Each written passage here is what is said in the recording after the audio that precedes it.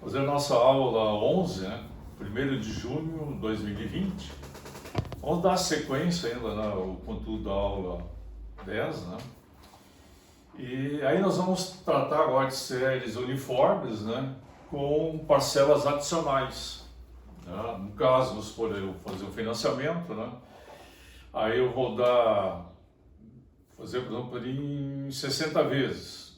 E eu vou dar parcelas adicionais, vamos supor, de meio ano, vou dar uma parcela adicional. E eu vou ter lá o valor de cada parcela, vou ter o valor das parcelas adicionais. Agora, quanto isso aí representa hoje para mim? Valor presente líquido. E aí vamos ver também, gente, o segundo item que vem a ser a taxa interna de retorno. O que é a taxa interna de retorno? Por exemplo, se eu tenho um determinado valor, né, eu vou aplicar esse valor, ou financiar, e vou ter um retorno depois disso em parcelas, em várias parcelas. Aí eu vou estipular uma taxa. Agora, essa taxa que eu estipulei, ele vai me dar um valor presente líquido. Será que eu vou ter aquele valor realmente integral ou não?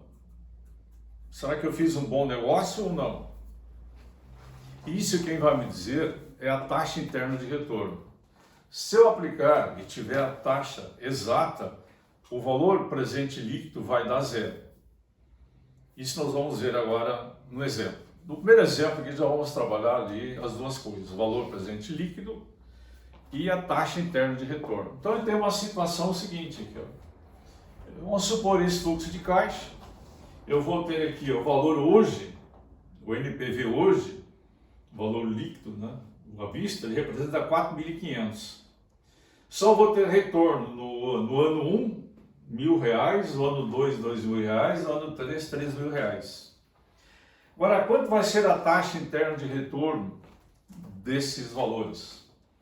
Vamos supor, se eu usava a taxa de 10% ao ano e o item B usando a taxa de 15% ao ano, o que vai acontecer em relação a isso? Vamos ver aqui, ó. Então, eu tenho lá, ó, 4.500, ele está lá no ponto zero, né? No ponto zero. Só que aqui é o seguinte, ó, esse 4.500 é uma seta contrária, né, no fluxo de caixa, está sendo indicado para baixo. Então, o que quer dizer isso? Nós já vimos isso na aula 10. Eu tenho que usar ali o CHS. Tem ali, ó, 4.500, CHS GCF0. Todo o valor que está lá no ponto zero, eu vou usar sempre como CF0. Aí eu registro 1.000 GCFJ, 2.000 GCFJ, 3.000 GCFJ. Vamos fazer o teste, entrar com uma taxa de 10% ao ano. O que vai acontecer? Se eu usar uma taxa de 10% ao ano, eu vou ter um valor presente líquido de R$ 315,93. Ah, então, eu vou ter aqui um valor de R$ 315,93. Quanto isso representa a taxa real mesmo? Taxa interna de retorno, a taxa real. Então eu tenho ali o FNPV e depois, lá no início, a gente viu lá na aula anterior, e embaixo do FV, nós temos lá o IRR. Se eu usar FIRR, eu tenho lá a função lá do FV, né? Lá no FV, ó,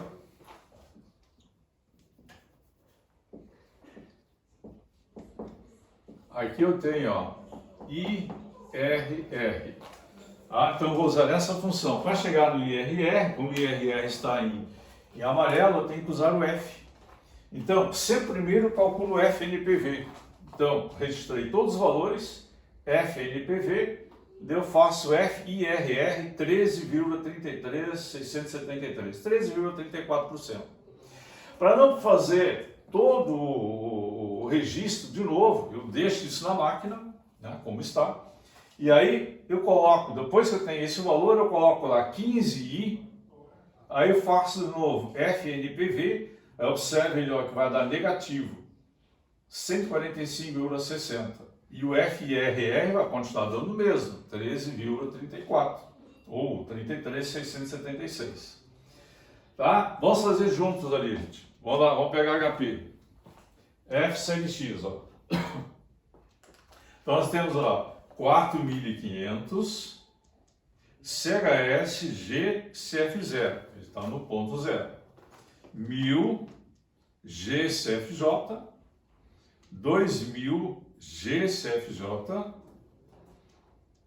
3.000 GCFJ. Agora o item A, vou entrar com 10%, 10I, agora FNPV, deu R$ 315,93.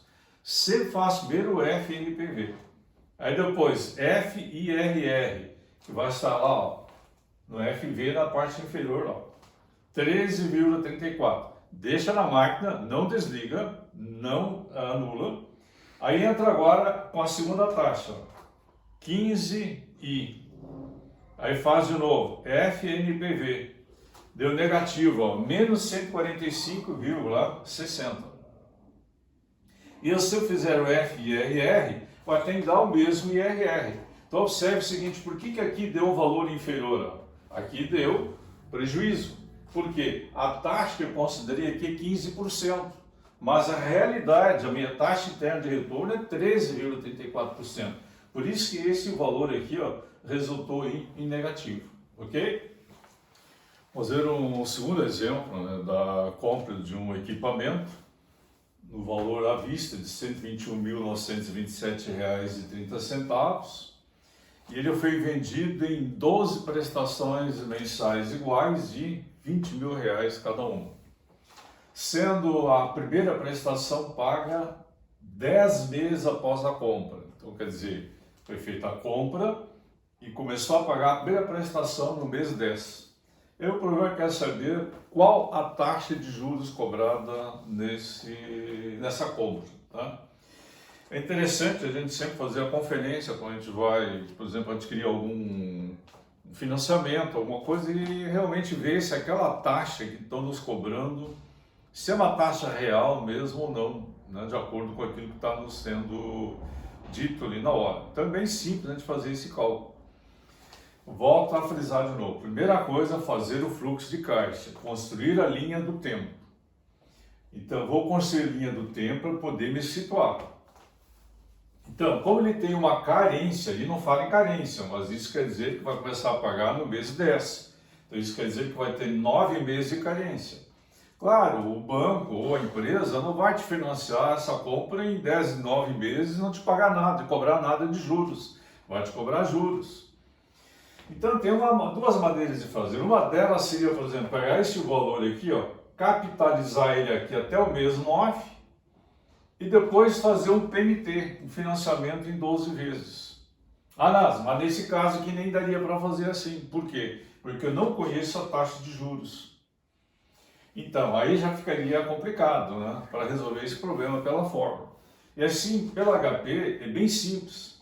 Como eu tenho 9 parcelas aqui, ó, que não vou pagar nada, mas eu tenho que informar HP, é zero. Só que eu conheço o valor à vista, que é 121.927,30. Então observe, esse é o valor à vista, e aqui eu tenho os pagamentos. Então as setas estão no sentido contrário. Então, lá no ponto zero, no fluxo de caixa, eu vou ter aqui, ó, o valor à vista, 121.927,30. Eu tenho que usar o CHS, indicar o sinal negativo, GCF0. E as demais parcelas, todas elas vão ser GCFJ. Tem zero GCFJ. Quantas vezes ele se repete o zero? 9 vezes. 9 GNJ. Aí depois sim eu vou ter 12 parcelas de R$ 20.000 cada uma. Então eu coloco 20.000 GCFJ. Como são 12 parcelas, 12 GNJ. Essa é a função do NJ. Por exemplo, se eu não tivesse função do NJ, eu teria que escrever 12 vezes R$ 20.000. E chega a um ponto que a máquina não vai ter, se for um problema muito extenso, por exemplo, ele não vai comportar esses dados todos. Então eu tenho que abreviar isso. Ó. No caso ali, o NJ serve para nós registrarmos a quantidade de parcela que se repete na sequência. Tem que ser na sequência, iguais. E aí eu faço, como pede a taxa, né, eu faço FIRR com a minha taxa de retorno. Então quer dizer que esse financiamento aqui foi feito a uma taxa de 4,56 mais alguma coisa por cento ao mês. Essa é a taxa de juros cobradas. Ok? Vamos ver mais um exemplo, né? O exemplo 3, aqui é de um financiamento de um imóvel, né? O sujeito financiou o imóvel em 42 meses, né? E aí ele recebeu a seguinte proposta, ó, pagar 3 mil por mês e de 6 em 6 meses, né, semestralmente, dar um reforço de 10 mil reais. Então, a primeira coisa é construir a linha do tempo, fazer o fluxo de caixa aqui. Então, aqui, quanto vai ser o valor à vista desse imóvel? Não sei qual é o valor à vista. O cara me deu essa proposta aqui, ó. Vou pagar 3 mil por mês e de 6 em 6 meses vou dar um reforço de 10 mil. Então, aqui, nos primeiros 5 meses vou pagar 3 mil. No mês 6, eu vou pagar os 3 mil mais os 10. Isso vai me dar 13 mil. Então, no mês 6, no mês 12, 18, 24, 30, 36, 42, eu vou pagar 13 mil. E nos demais meses eu vou pagar 3 mil reais. Como é que eu poderia fazer isso aqui? Tem outra maneira de fazer. Seria fazer, por exemplo, aqui uma descapitalização, né? Usando 3 mil reais CHS PMT, 42N, e calcular a taxa 1,5, calcular o PV. Então teria aqui o valor do PV. Aí depois eu trabalharia com as parcelas semestrais. Eu teria que usar uma taxa ao semestre e utilizar de novo, ó, quantas são? 1, 2, 3, 4, 5, 6, 7 semestrais.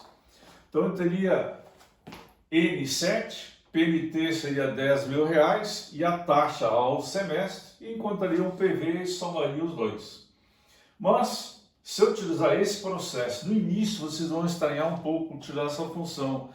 CFJ, CF0, né, INJ, mas no momento que vocês pegarem essa prática, é bem mais simples resolver qualquer tipo de problema. Larga ele na linha do tempo, constrói o fluxo de caixa e aí começa, né, pega HP e resolve. Então aqui eu tenho, ó, zero, não esquecer, aqui no ponto zero não tem nada, não tem nenhuma entrada, nada aqui, eu não vou pagar nada, então é zero, tem que informar isso na HP. 0 GCF0, 3.000 GCFJ, como são 5 parcelas, vou ter 5 GNJ. No mês 6, ó, vou pagar 13 mil, depois novamente 5 parcelas de 3 mil, aí depois 13 mil e assim sucessivamente eu vou registrando todas as parcelas. No momento que eu registrei todas as parcelas, chego lá no final, eu entro com a taxa, 1,5% ao mês. E encontro o FNPV. O FNPV é o valor à vista, tá? O NPV. E isso vai me dar, então, o valor à vista desse imóvel, R$ 142.735,42.